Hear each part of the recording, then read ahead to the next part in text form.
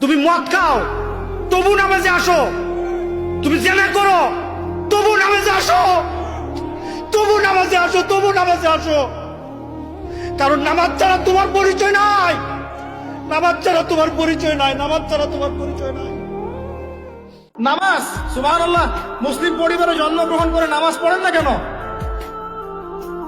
নামাজ কি হুজুরদের উপর ফরজ? বলেন, আপনার বয়স কি 10 বছরের নিচে? তাহলে আপনি নামাজ পড়েন না কেন? নামাজ, বিশ্বনবী ইন্তেকাল করলেন, রূহ বের হয়ে যাচ্ছে, 2-3টা শব্দ বললেন, এর মধ্যে একটা ছিল সালাত। সালাত, উম্মতেরা নামাজ, নামাজ, নামাজ ছেড়ে দিও না। কেন নামাজ পড়ো না ভাইয়া?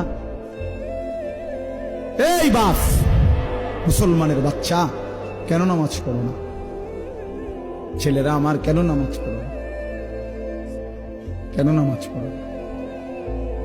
মালিক আর কেমনে বললে নামাজ পড়তে?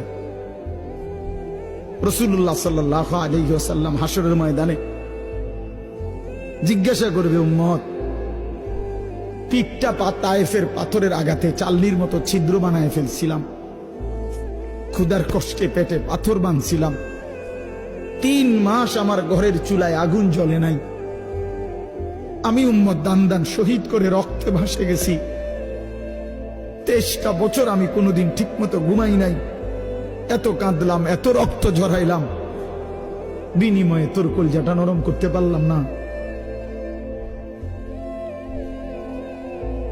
তোর দিলটা নরম করতে পারলাম না উম্মত। আমি আর কত কাঁদলে তুই আমার কথা শুনতাম? আমি আর কত রক্ত ঝরাইলে আমি নবীর কথা মনে পড়তো? বলে, কি বলবেন ভাই, বলে?